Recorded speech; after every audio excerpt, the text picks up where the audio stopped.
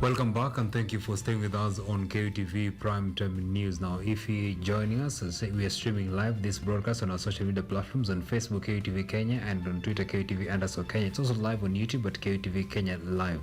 You can be having a form of question to my guest concerning the discussion. You can tell me on the comment section. Now, the fall of the third president of the Republic of Kenya has overwhelmingly been welcomed by the economic strides he moved the country to. The socio-economic circles denotes that between 2003 and 2012, Kibaki grew the size of the Kenyan economy from just over 1 trillion Kenyan shillings to 6.4 trillion shillings, leaving behind an economy that is 5 times larger than he found it when taking office. Tonight, I'm joined by Isha Dunga, who is an economist and a financial consultant, walking us through the economic turnaround of the President Mwai Kibaki's regime. So, Isha Dunga, thank you so much for dedicating your time for this discussion. Thank you so much, Mr. Omondi, and I want to thank you for inviting me. Right. Now, already deep into the discussion of the night,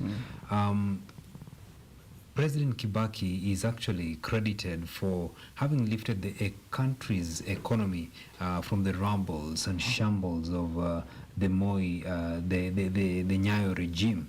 Now, considering that you've lived through the Nyayo regime and you lived through the President Mwai Kibaki's regime, so from a personal experience, what's the very one thing that made the economic revolution that we saw with President Kibaki really possible?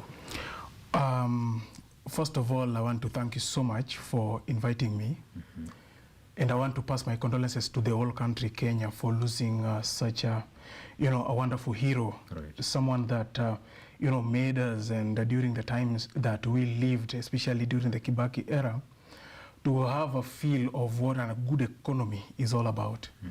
Well, I have been privileged to live through the Moi era as well as the Kibaki times, and now within the Uhuru government.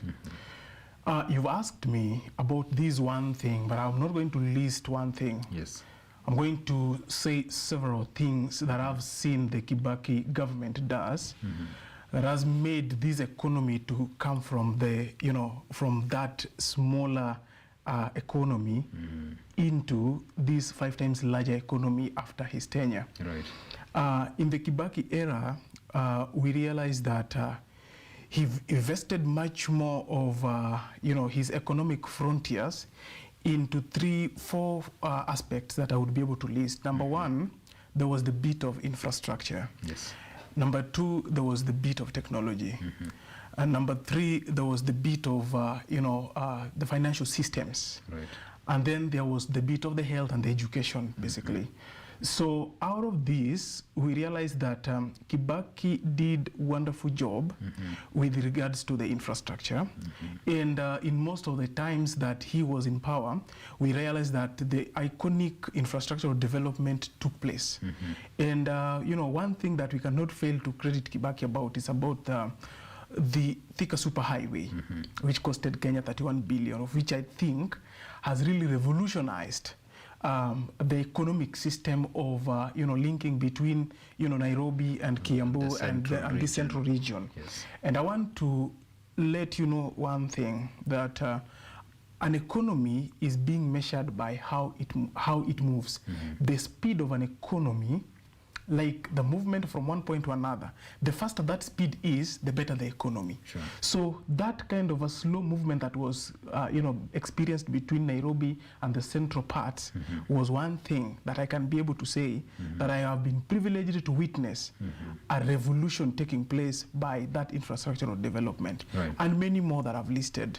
Yes. All right. Now, that's well tackled, Dunga. Now, it's also noted actually that President Kibaki started the economic turnaround by, repairing a runway in the banking system. And among the pillars that you've just mentioned, you mentioned the financial systems. Yes. And what most Kenyans actually know that President Kibaki did was lowering the interest rates and easing the access to credits for the SMEs. So how exactly did he, revolutionize this aspect of the financial systems, which saw, him repairing the runway on the banking systems? Wow. One thing is that in as much as people might think that Kibaki lowered the interest rates directly, it is not really imperative that that was the case. One thing that we have to know is that the Kibaki government incorporated what we call the Friedman's school of thought in the economy, in the economics, versus the Keynesian school of thought. For the simple, and common mwananchi to understand this sense, we realize that if you want to understand the Friedman's school of economics or school of thought was giving the implication of lying more onto the fiscal policies and the implementations as opposed to the monetary policies. Right. And then the Keynesian is a school of thought that is giving us, the monetary policy implementations as opposed to now the fiscal policies. Now, when we look at the Kibaki government, he balanced the two schools of thoughts such that by the time he would be able to liberalize the banking systems so that you would not be able to restrict and seriously regulate the interest rates, he gave that free market. And as he gave the free market, he also added a touch of the government fiscal policies onto it that was well balanced in such a manner that people would feel that money was in the pocket. Right. How do you know that money is in the pocket? Is when the purchase power of the people has been influenced positively. That is when you'll realize that in as much as, there were a lot of other challenges that we were experiencing due to the Kibaki government, but the purchase power of the people increased. One, he enabled the banking system to compete freely. And as they competed freely, it allowed now the interest rate to go down because people are competing for the SMEs to be able to, to give them that, the loans. And when the SMEs were well financed, we say they were well oiled, their purchase power were increased. Right. And they were able to use whatever they had for investments and also trade. So this was a balance of economic system that Kibaki implemented, which made actually the economy of the country to grow immensely. Right. He controlled seriously the government expenditure, in as much as consistently we have seen that the government used to spend more than it could be able to collect, but the aspect of that expense was actually directed to the capital development of the country. And that one was indirectly influencing the lives of the SMEs. Right. And during that time, there was massive growth of the SMEs as compared to today. Right. That's so impressive analysis from you, Dunga.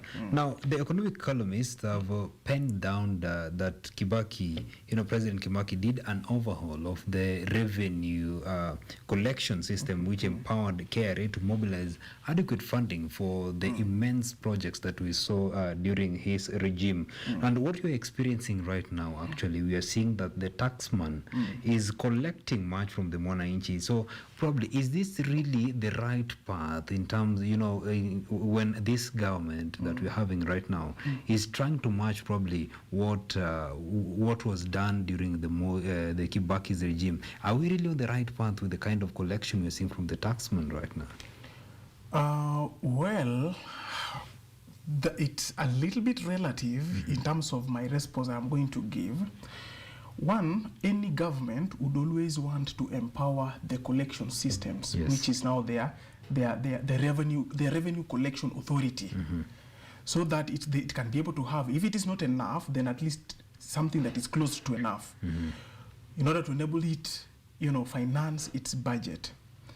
And during the Kibaki time, in fact, I would say that the empowerment of the Kenya Revenue Authority is an act that any government would want to do, because afterwards you would want to have a budget and then you'd want to finance this budget. Yes. And so the only way to finance this budget is to cost that efficiency in the collection systems to enable that budget to be sufficiently be financed. Yes. Now, Kibaki, yes, did well by empowering the Kenya Revenue Authority. But what we have seen now, well, there is the bit of the empowerment. But what we have seen now is the pressure to deliver. Now, those are the two different things that I want you to understand. In the previous one, they were being empowered to exercise the available avenues in order to maximize the revenue collection. But currently, they are not only being pressured to maximize that revenue collection, they are also being pressured to meet a target that somehow is unrealistic. Yes. And I would tell you that as a tax expert, as also, I have experienced the way KRA, even the employees themselves are having pressure to deliver. And so they have to achieve their targets no matter the consequences or the repercussions that come with it. You'd realize that this is the time that even KRA closes businesses. They close businesses because they freeze that account. They want to collect penalties. They want to collect interests. They want to put everybody on a payment plan, which is making this system to become now too squeezing. And so this is an advice that I think I would be able to send out there to either KRA, the government, and any other interested party, that a tax system should be, number one, easy, simple, encouraging, and affordable. Yes. If you want to maximize a better collection, you must take into consideration those four aspects. If it is very complicated, then you will not collect more. Yes. If it is also too punitive, then you will have so many people evading. And when you have so many people evading, you will find key people evading, one person evading like a tax amount of about, let's say, 1 to 2 billion Kenya shillings. And then you go for the people that have been penalized 20, 100, 2 million Kenya shillings. You are having now a misplaced priority. Sure. So that is what I will be able to bring. Kibaki did well. He empowered the Kenya Revenue Authority. However, the kind of pressure we are seeing now is to finance the massive and realistic, targets that makes the taxman to become pressured. Actually, these people are sweating. Let me tell you. True. They are. Right. Now, still on that, it's good that at some point you touch on the budget. And now when you're talking about the taxman, being under pressure, actually, the thing is they're supposed to meet a target for the budget. And, President Kibaki has been lauded for the fiscal discipline because the budget the budget was constricted during the Kibaki's regime. The budget was constricted to what the means of the nation, what the nation could raise.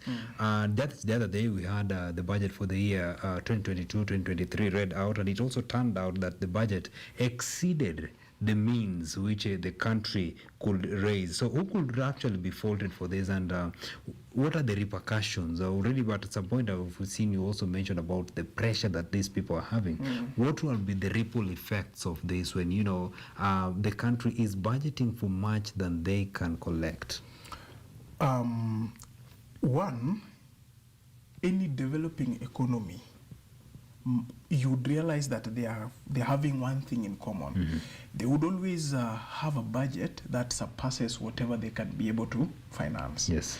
Because we have got so many developed economies that can be, sufficiently financing what they have already budgeted to do until they can even have surpluses. Yes. But in the case of the developing economies like Kenya and the rest of the East Africa and Africa, you realize that these are economies that are still in the expense of budgeting more than what they can be able to, afford to collect. Yes.